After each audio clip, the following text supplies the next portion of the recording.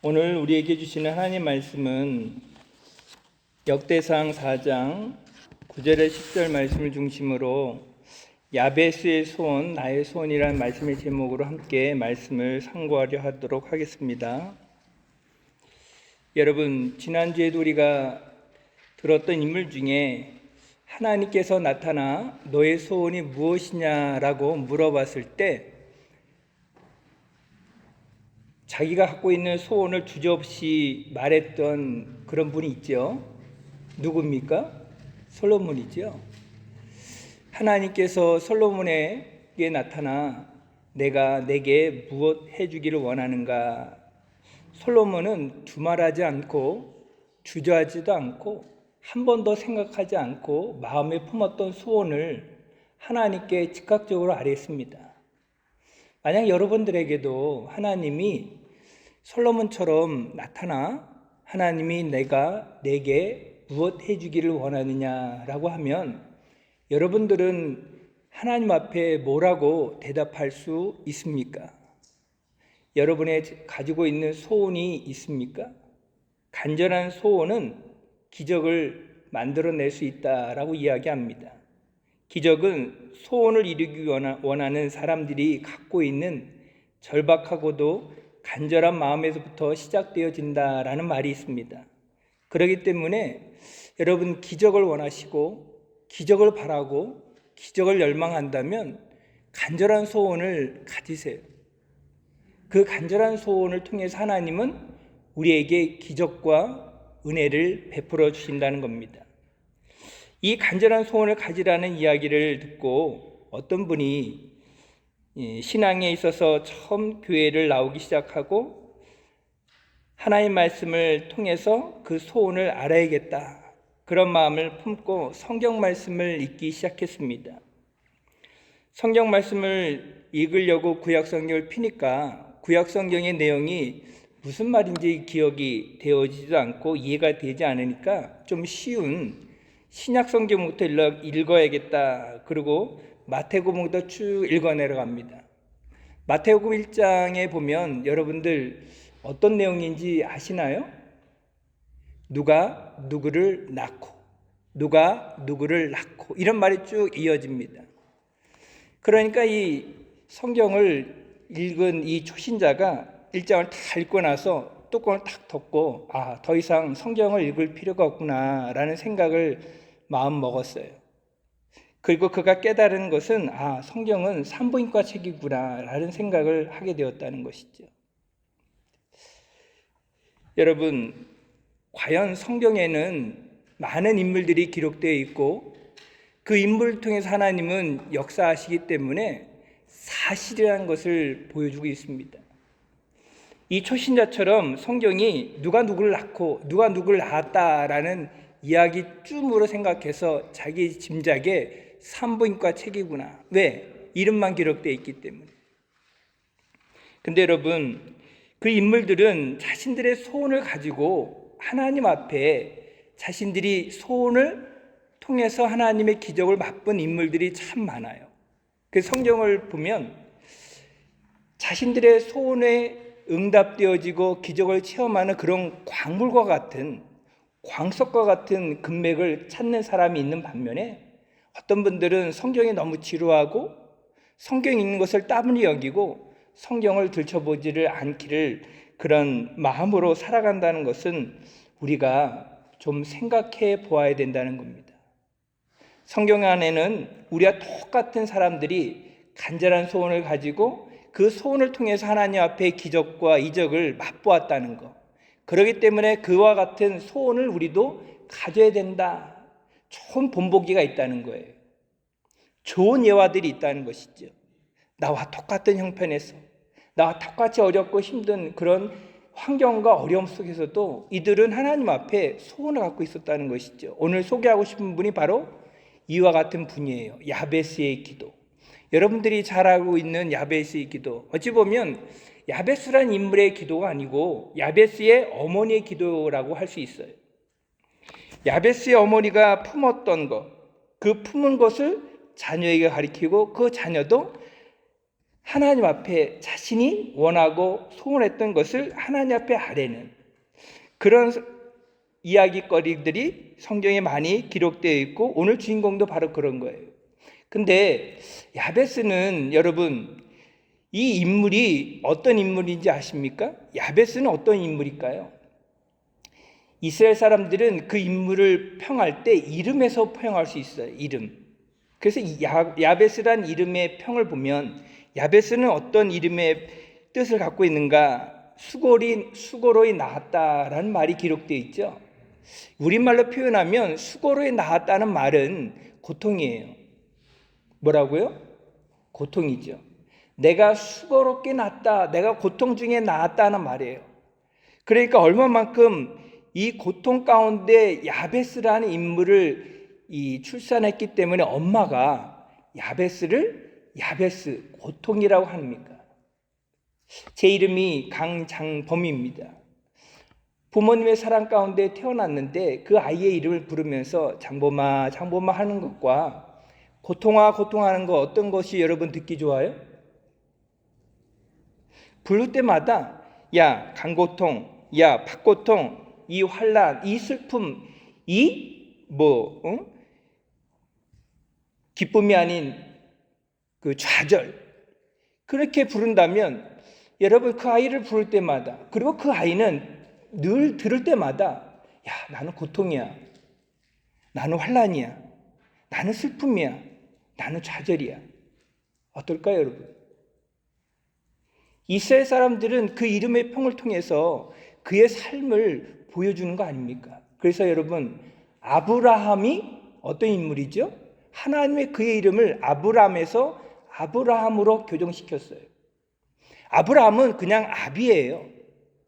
그러나 아브라함은 열국의 아비, 믿음의 조상 이렇게 하나님이 불려지게 되었고 그 이름들 그의 삶이 또한 그가 하나님 앞에 그렇게 쓰임받은 그런 인물로 키워졌어요. 누가 그렇게 만들었습니까? 하나님이잖아요. 야곱은 어떤가요? 야곱. 부모는 야곱이라 이름을 주었어요. 움켜잡은 자, 쥐어잡은 자. 그렇게 야곱이 탄생했는데 하나님이 야 너는 야곱이라 하지 마. 뭐라고 부르라고 얘기했어요?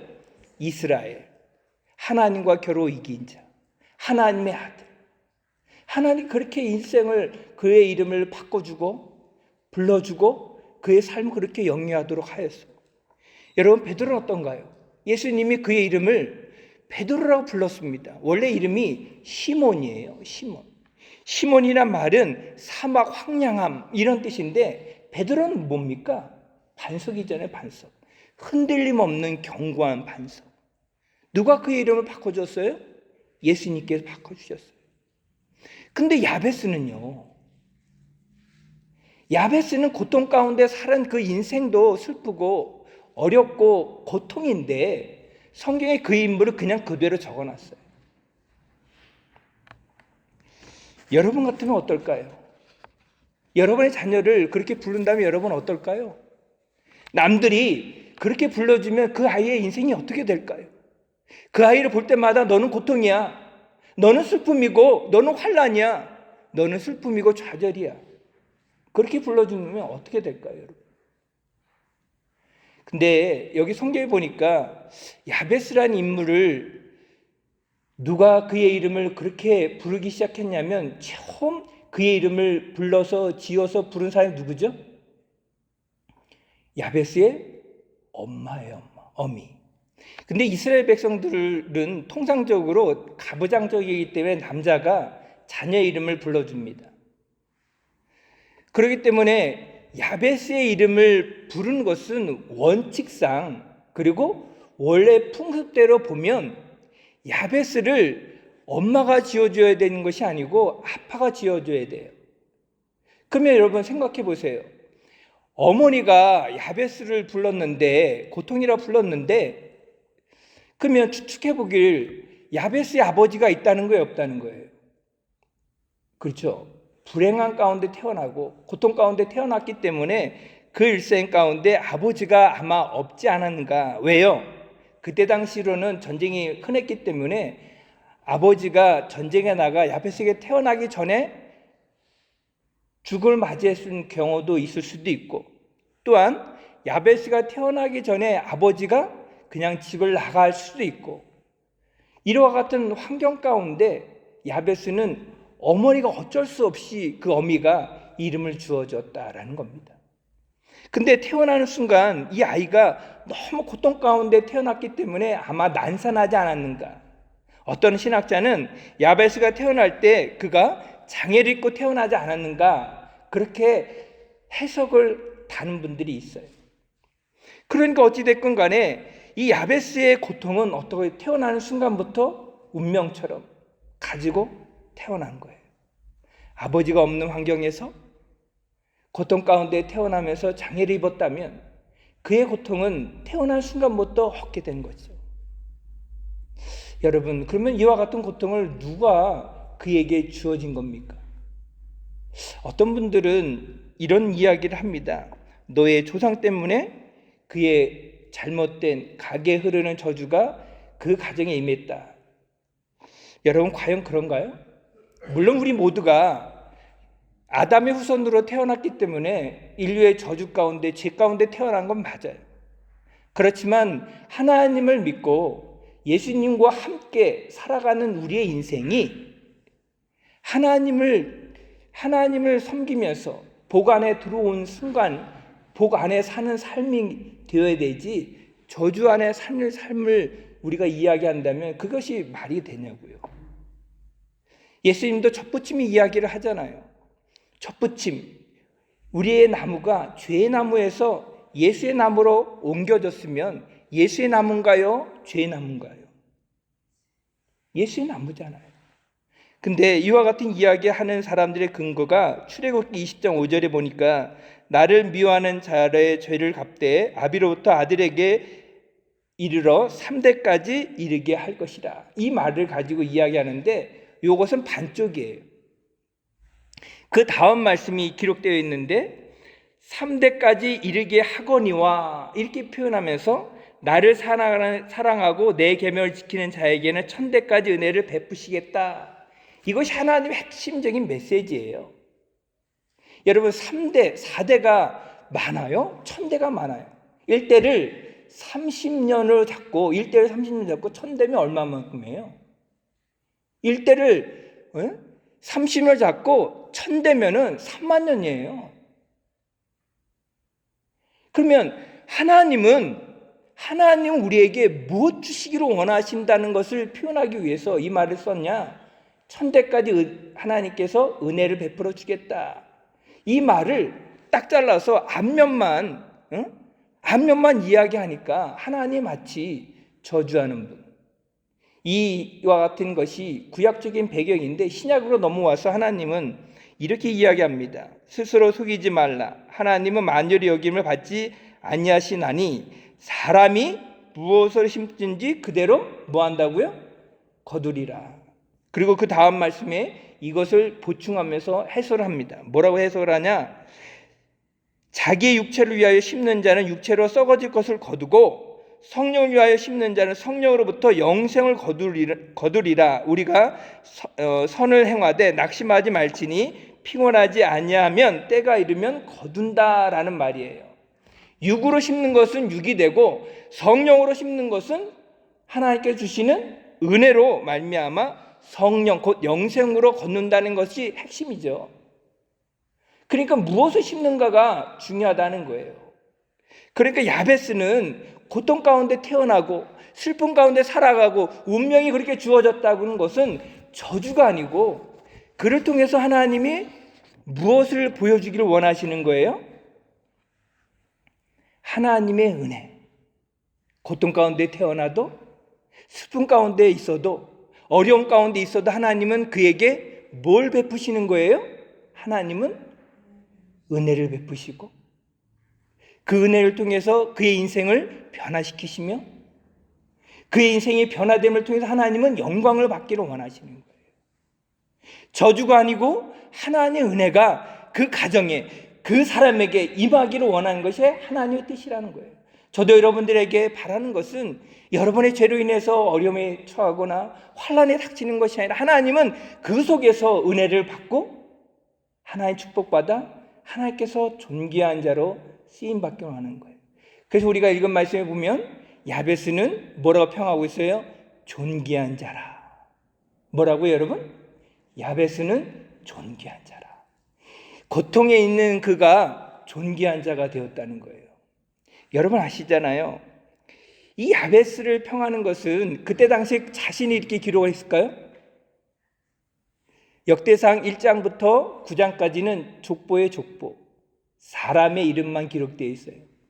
근데 사람의 이름을 쭉 기록하면서 4장에 이르러 야베스란 인물을 기록하고 그 기록을 또 통해서 이름만 기록하는데, 특별하게 야베스 하니까 그의 후손들이 야베스의 뭐를 발견한 거예요? 기도. 그래서 평하기를, 후대가 평하기를 그를 야베스는 존귀한 자라는 평을 내리면서 그의 기도문이 기록되어 있는 거예요.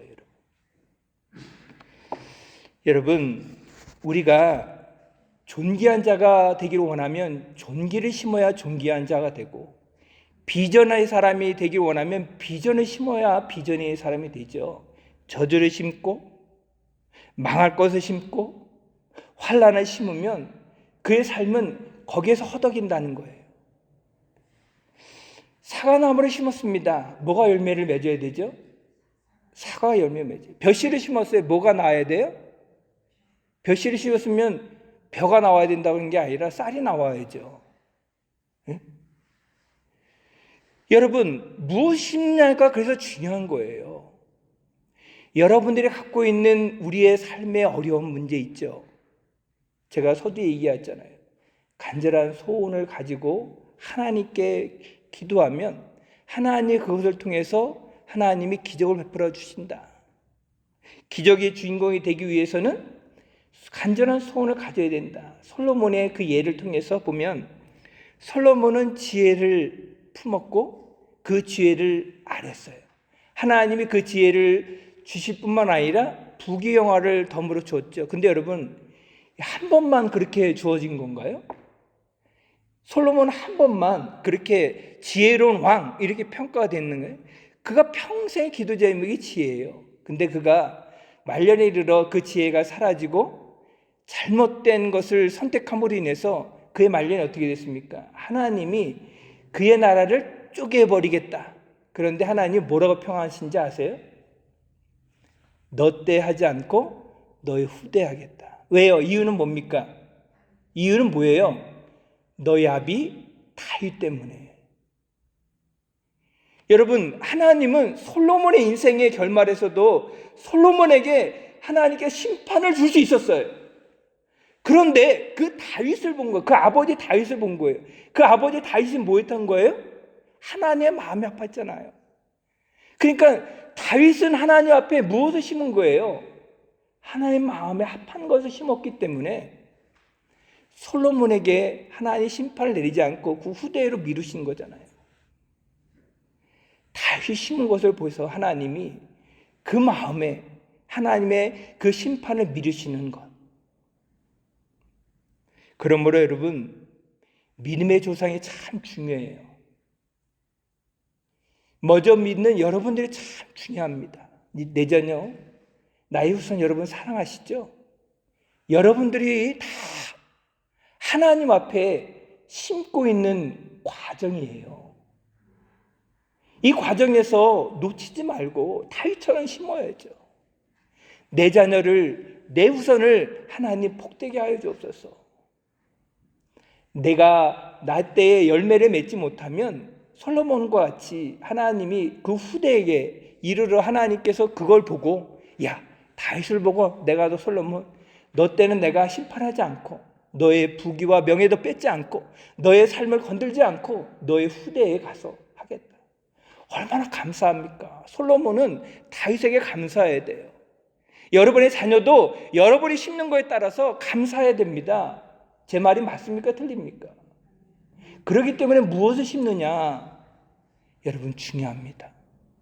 솔로몬이 그와 같이 하나님 앞에 은혜를 받은 것, 다윗처럼 오늘 야베스가 하나님 앞에 은혜를 받은 것, 그 어머니의 기도와 같은 그의 기도가 그에게 이루고 그의 기도가 후대에게 이루니까 야베스 존귀한 자라라고 평하면서 그의 기도문을 기록하고 있잖아요.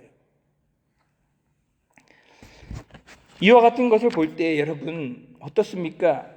야베스가 정말로 존귀한 자가 되었는가? 역대상 2장 55절에 보니까 야베스는 서기관의 마을의 이름에 등재되어 있어요.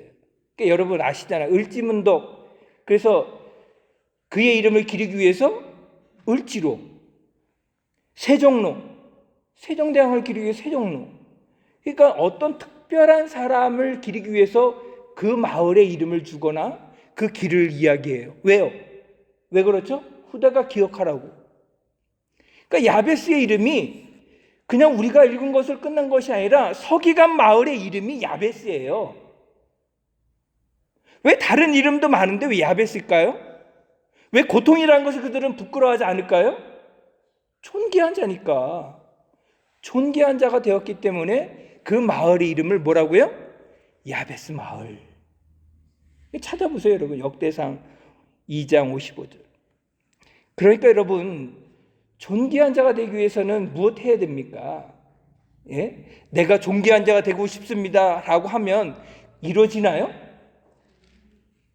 무엇 해야 되는가? 하나님 앞에 기도해야 되는 것이죠. 빈센트 빌이라는 분이 이런 말을 했어요. 아주 중요한 말입니다. 인생은 변화될 수 있다. 그러나 이 변화는 오직 기도로만 이루어진다라고 기록되어 있어요.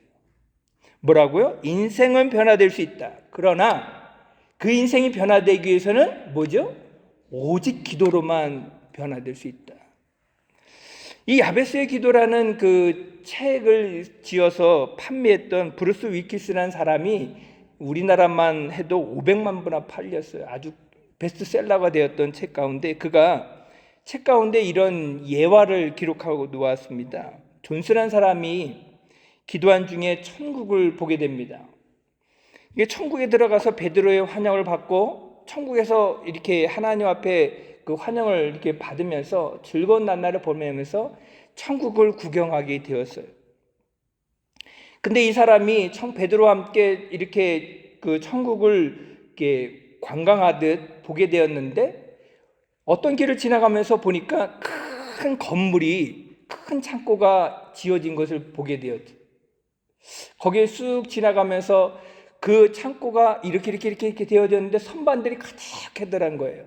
선반 위에 깍으로 된 아주 아름답게 장식된 리본으로 묶어진 그 깍들이 쫙 펼쳐져 있는데 거기에 특이한 것은 이름표가 붙여져 있다는 거예요. 자신도 궁금하잖아요. 아주 멋지고 아름다운 선물과 같은 이렇게 포장된 깍에 자신의 이름을 찾아봤어요. 그러니까 자신의 이름이 박힌 그 선물 상자가 있는 거예요. 그러니까 궁금하니까 베드로를 졸라서 나 이거 보여주기를 원합니다. 보게 해주세요. 그러니까 베드로가 보는 것에 대해서 탐탁지 않은 거예요. 그냥 가면 어떠냐. 근데 너무 궁금하니까 보여달라고 하니까 억지로 보여달라고 하니까 어쩔 수 없이 그 선물 상자를 보게 됩니다. 선물 상자 보니까 그 안에는 정말로 귀한 것들이 자신이 이 땅에 살면서 자신이 소원했던 것들이 이렇게 차곡차곡 아름답게 쌓여있는 거예요. 근데 한 번도 받아보지 못한 거. 내가 그렇게 원하고 내가 그렇게 바랬는데 그 상자 안에 그대로 그냥 있는 거예요. 물어봅니다. 왜 나에게 이와 같은 선물을 주지 않았습니까? 베드로는 깜짝 놀라면서 이 존스에게 너가 한 번도 그것을 위해서 기도하지 않았기 때문에 응답을 주지 않은 것이다. 하나님 우리에게 좋은 것 주시길 원하신다고 성경에 기록되어 있습니다. 문제는 뭐예요? 구하지 않으니까. 구하지 않는 자에게는 하나님께서 줄 수가 없는 거죠. 그래서 성경에는 너희가 얻지 못함은 기도하지 않은 영거라. 너희가 얻지 못함은 기도하지 않은 영거라. 기도하면 하나님께서 주신다고 그랬는데 기도하지 않았기 때문에 줄 수가 없다는 거죠. 오늘도 하나님은 여러분들에게 여러분들의 응답의 포장을 아름답게 만들어서 준비하셨다면 여러분 무엇하면 됩니까? 무엇하면 돼요? 기도하면 된다는 거예요. 그래서 야베스는 야베스 어머니와 함께 절망과 고통 가운데 있으면서 그들은 자신의 일평생을 기도했습니다. 그 일평생에 기도한 내용이 뭐냐? 첫 번째로 보니까 주께서 내게 복에 복을 더하사 나의 지경을 넓혀달라. 이게 무슨 말이에요? 지금 야베스는 복에 복을 더하고 나의 지경을 넓혀달라. 핵심이 뭐냐?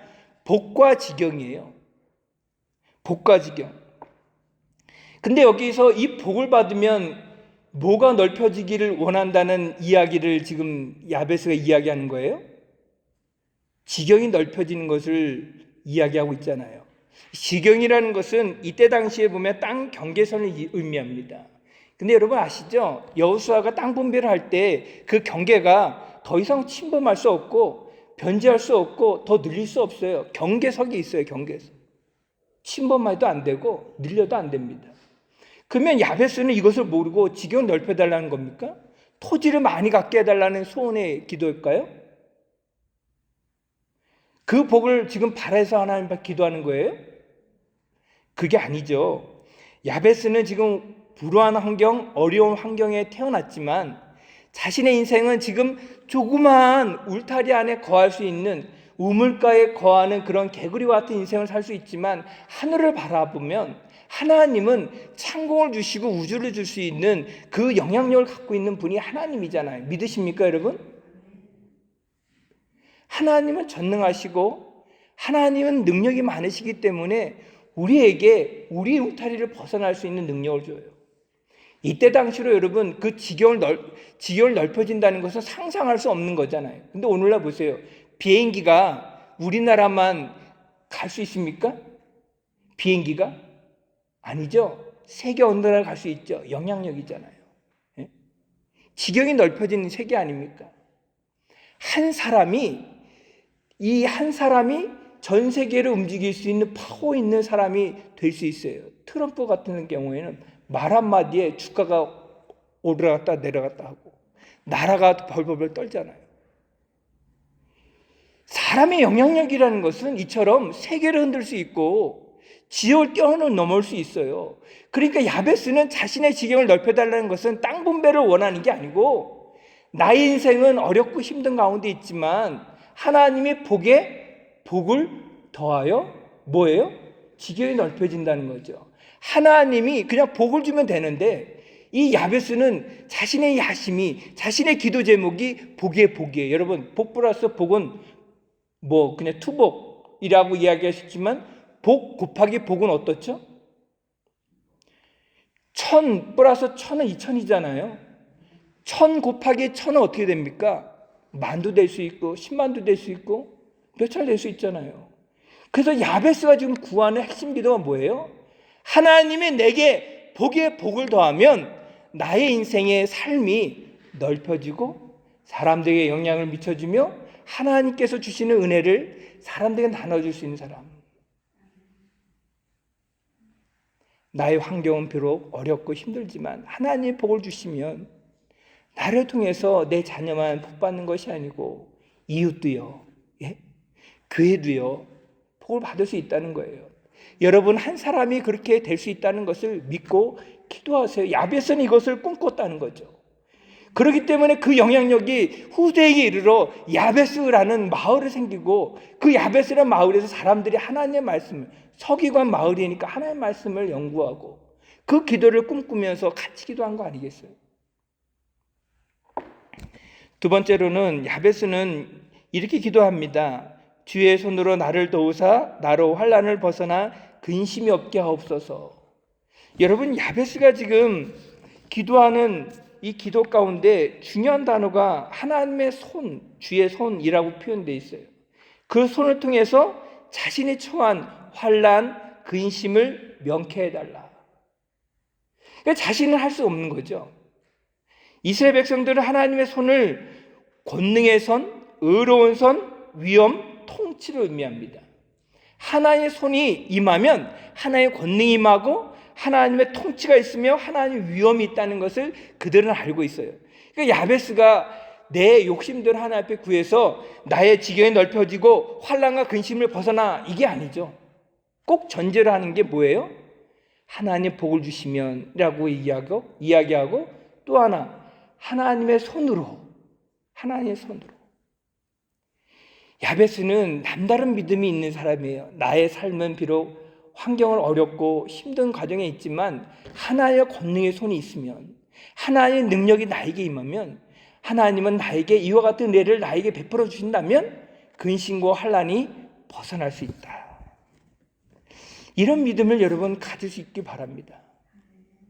하나님의 권능의 손을 의지하세요. 근데 대부분 사람들이 기도 따로 하고 의지를 따로 하죠. 기도는 해놓고 사람을 의지합니다. 기도는 해놓고 사람을 찾아다녀요. 기도는 해놓고 사람에게 의지하죠. 흔히 우리는 하나님의 사람이고 하나님 우리를 돌보신다 하지만 하나님 앞에 믿음 없는 행동을 할 때가 있어요. 감기에 걸린 사람이 하나님 앞에 기도합니다. 하나님, 감기 낫게 해주세요. 그리고 의사 찾아다니면서 그 감기를 졸라서 낫게 해달라고 하는 것은 좀 그렇죠. 오히려 하나님, 이 감기를 통해서 의사의 처방을 잘 받게 해주시고 의사를 잘 만나게 해주시고 이렇게 기도하는 것이 맞지 않을까요?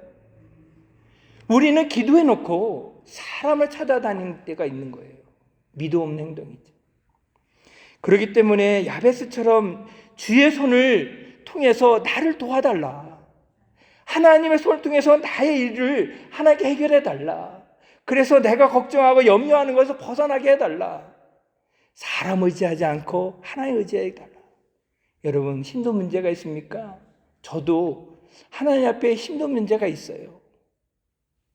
이 기도문을 저도 외우고 있는 거예요. 저도 믿음이 없기 때문에 이 기도문을 통해서 하나님 앞에 응답받기를 원한다고 기도하고 있는 거예요. 저는 여러분과 함께 이와 같은 기도를 했으면 좋겠어요.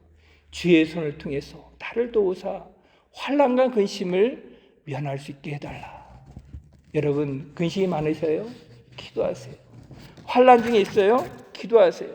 성경에 그래서 땅끝의 모든 백성아 나를 앙망하라. 그리하면 구원을 얻는다라는 말씀이 있어요. 나를 앙망하라. 너의 구원을 얻으리라. 이런 믿음을 가지고 하나님 앞에 기도했으면 좋겠습니다. 마지막으로 야베스는 하나님 앞에 이 기도를 통해서 하나님이 그 구하는 것을 허락하셨더라라고 기록하고 있습니다. 뭐라고요? 하나님이 야베스의 기도를 통해서 중요한 것은 기도문이 중요한 것이 아니고 기도문을 통해서 하나님 앞에 뭐를 얻은 거예요? 하나님의 응답을 얻은 거죠. 그래서 허락하셨더라. 왜 이것까지 하나님께서 기록하도록 했을까요? 야베스의 기도문을 쭉 이 후대가 기록을 했어요. 후대가 기록했잖아요. 족보장이니까. 후대가 쭉 기록을 했는데 특이한 구절이에요. 야베스의 기도문만 봐도 되는데 그 기도문을 통해서 야베스가 이렇게 기도했구나라도 되는데 그 뒤에 문장에 완결령으로 끝나잖아요. 그 구한 것을 허락하셨더라. 그러니까 야베스가 존귀한 사람이라고 할 수밖에 없는 이유가 거기 있다는 거예요. 하나님이 그의 기도에 합당하게 만들어 주었다는 거죠. 그러니까 이 야베스를 기록하면서 그의 기도문이 그냥 여러분 작정기도 한번 들어가서 끝난 건가요? 100일? 아니면 1000일? 작정기도해서 그 응답받은 것을 끝난 건가요? 아니죠. 평생이죠. 그의 평생의 기도문이 기록되면서 후대도 그것을 바라면서 야, 이렇게 기도하니까 하나님께서 그 구하는 것을 하나님께서 응답해 주셨더라. 이 문장을 다루면서 이것은 뭐예요? 누가 증거한 거예요? 후대가 증거했다는 거예요. 후대가 보니까 야베스의 삶뿐만 아니라 그의 가문과 그의 모든 일들이 하나님께서 허락해 주셨다는 것을 보고 무엇을 품은 거예요? 야베스를 기록하면서 야베스처럼 기도하면 우리도 그와 같은 가문이 이룰 수 있구나. 하나님은 정말 응답해 주시는구나. 후대가 그것을 남기는 거예요. 저는 여러분들이 이와 같은 평생의 기도 제목을 가졌으면 좋겠어요. 야베스뿐만 아니라 다음 주에도 이 기도문에 있어서 하나님께서 존귀하게 보신 기도문이 있는데 아굴이라는 기도문이에요. 아굴이라는 사람이 기도한 기도문. 야베스도 그 문장 토시 하나 빼놓지 않고 후대가 그것을 바라보면서 하나님이 그에게 응답하신 것을 우리도 꿈꾼다는 거죠. 후대가 존경하고 동경하고 우리도 하나님 앞에 기도하면 이와 같은 응답을 받을 수 있다는 사실을 기억하면서 그들이 기록을 해놓은 거예요. 이 기도문이 오늘 몇 대에 거쳐서 오늘날 우리에게 임하고 있습니다. 여러분, 소원을 품으세요. 야베스처럼 기도의 제목을 평생을 갖고 기도하세요.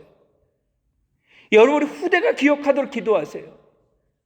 여러분, 후대가 이것을 바라보면서 우리 어머니는, 우리 아버지는, 우리 가정은 이와 같은 기도의 가문이구나, 이렇게 인정할 수 있는 그런 가문 만드세요. 우리의 부모가 심으면 하나님이 거두신다는 거. 야베스가 심으니까 그 심은 것을 그대로 이스라엘 백성들이 거두었다는 사실을 기억하면서 후대가 그것을 증거하듯 여러분의 기도 제목이 우리들의 자녀를 통해서 이루어지고 그 기도가 아름답게 결심해서 하나님께서 아름다운 가문으로 세워질 수 있는 그런 바람이 여러분 있기를 원합니다. 기도하겠습니다.